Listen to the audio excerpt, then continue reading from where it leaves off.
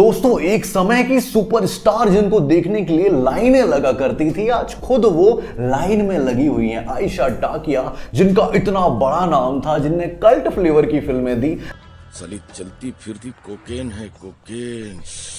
लेकिन अब वो इररिलेवेंट हो गई हैं।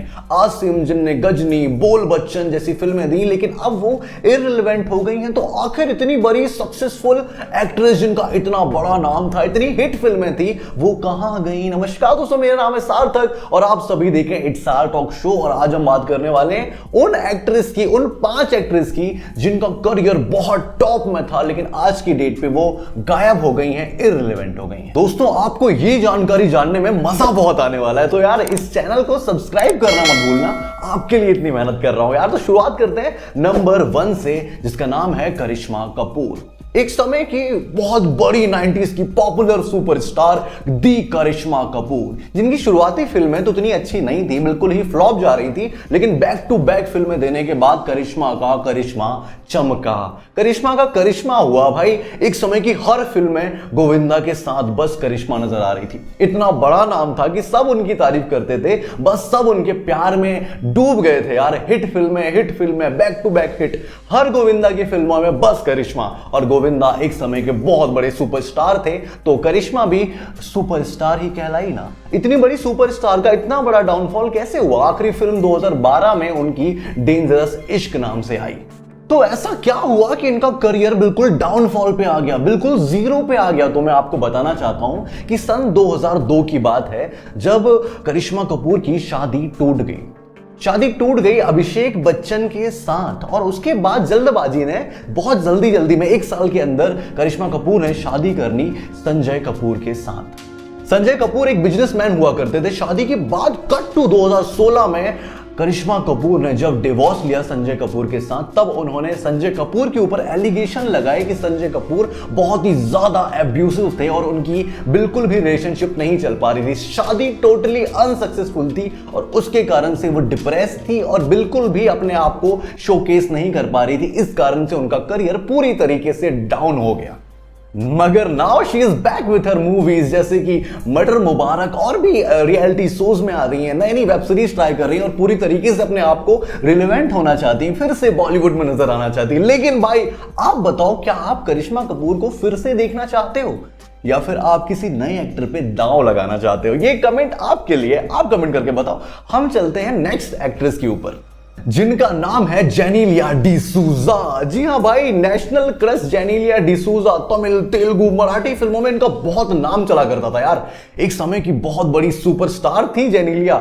हर लोग इनकी सिंप्लिसिटी के कायल थे, इनके दीवाने थे भाई कि कितनी सिंपल लड़की है यार, इस तरीके की लड़की होनी चाहिए। एक डाउन टू अर्थ नेचर, एक सिंप्लिसिटी से भरी हुई जेनेलिया डिसूजा, जिनने बहुत नाम कमाया।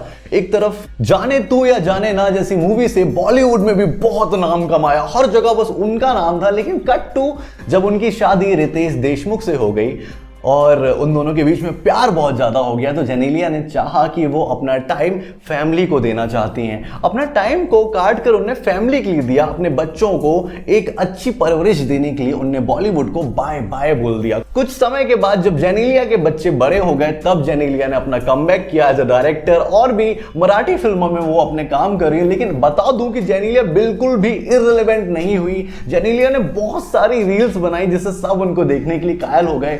उनकी सिंप्लिसिटी के, उनके लॉयल नेचर के सब दीवाने हो गए भाई, बिल्कुल फैन हो चुके हैं जेनेलिया के, और उनकी रील के तो हम सभी दीवाने हैं। और भगवान करे ऐसी क्यूट वाइफ सबको मिले भाई। और हम बढ़ते हैं आगे और नंबर 3 पे है आसिन। बहुत सारी बॉलीवुड की फिल्में, बहुत सारी मलयालम, तेलुगु, तमिल फिल्में करने के बाद आसिन का नाम बहुत ही ज्यादा ऊपर उठ चुका था। आसिन ने गजनी जैसी फिल्में करी है। गजनी एक कल्ट फिल्म थी। गजनी के बाद उन्होंने सलमान खान के साथ भी फिल्म करी, बड़ी बड़ी फिल्में जैसे कि रेडी, हाउसफुल 2, और भी पता नहीं बहुत हिट फिल्मों में, पॉपुलर फिल्मों में आसिन नजर आई। लेकिन कट टू आसिन का करियर खत्म हो गया। ऐसा क्या हुआ?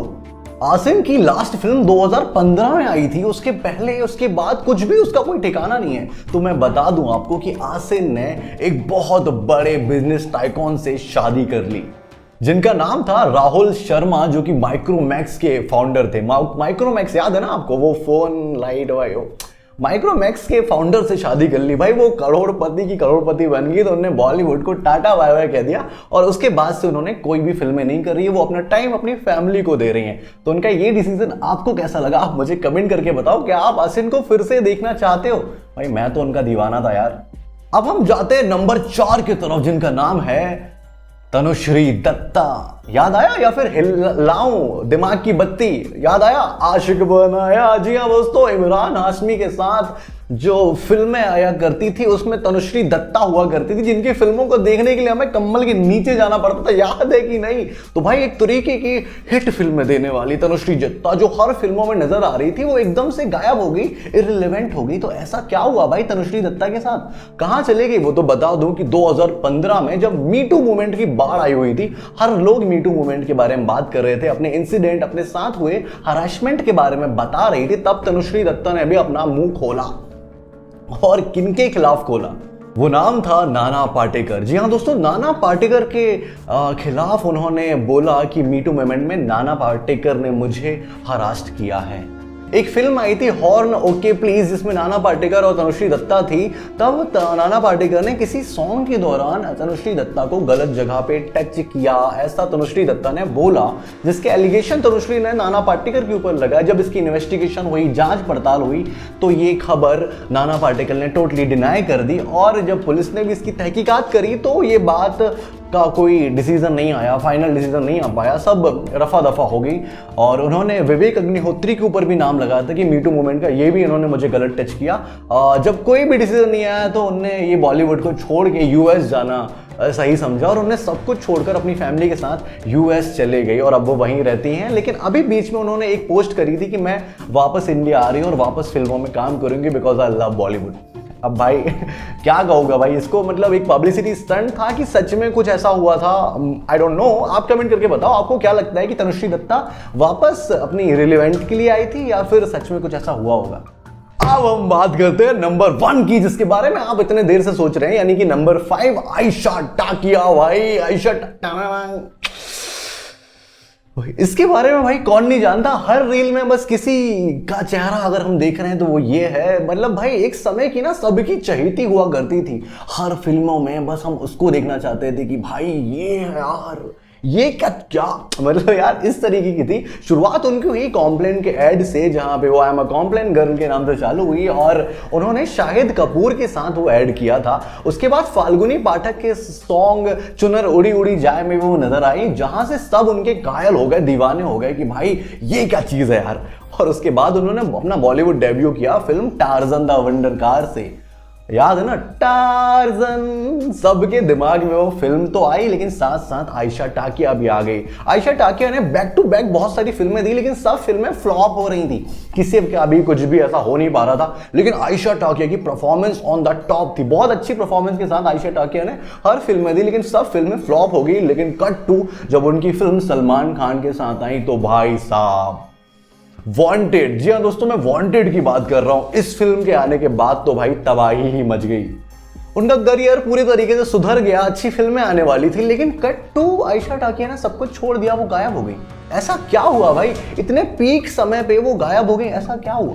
अबू आजिम के बेटे फरहान आजिम से प्यार हो गया और वो दोनों के बीच में जब प्यार हुआ उन्होंने उनसे शादी कर ली और उन्होंने अपना धर्म मुस्लिम धर्म में कन्वर्ट कर लिया और फिर वो कभी फिल्में नहीं दी।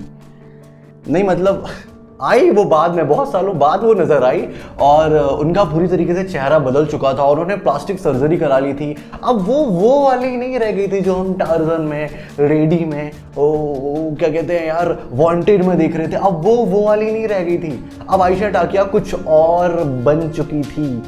हमारे समय में तो भाई उनके नाम से बहुत सारे लीक्स होते थे कि भाई उनने इंश्योरेंस करा के रखा है और पता नहीं क्या क्या, लेकिन भाई आयशा टाकिया का पूरी तरीके से नाम खत्म हो चुका था। अब उनका रिलेवेंट खत्म हो गया था। सर्जरी के बाद उनकी नाक वगैरह फूल गई, उनका चेहरा पूरी तरीके से बदल गया। लोगों ने उनको बहुत ट्रोल किया जब उन्होंने एक बड़ी पोस्ट इंस्टाग्राम में डाली, लेकिन उसके बाद भी लोग तो भाई लोग हैं, छोड़ते नहीं भाई। लंगड़े लूलो में तो पूरा कमेंट कर देते हैं, फिर तो ये सही शॉट थी। तो भाई इनको भी बहुत ज़्यादा ट्रोल किया, जिसके बाद इन्होंने अपना इंस्टाग्राम हटा दिया और इस तरीके से भाई आयशा टाकिया के करियर की समाप्ति हुई, खत्म हुआ। तो भाई ये थी टॉप 5 एक्ट्रेस जिनका नाम एक समय में बहुत टॉप पे हुआ करता था, लेकिन आज वो इररिलेवेंट हो गई। भाई मैंने बहुत ज्यादा तहकीकात करके अपने दिल से निकाली हुई एक्ट्रेस का नाम लिखा था और उनके बारे में आपको बताया था। आपको ये वीडियो कैसी लगी? आप इस तरीके की वीडियो और चाहते हैं क्या? मुझे कमेंट करके बताओ। जाते जाते मेरे इस चैनल को सब्सक्राइब कर लें। भाई मिलते हैं नेक्स्ट रिव्यू में, जहां हम किसी नई चीज के बारे में बात करेंगे, नए ट्रेलर, फिल्म,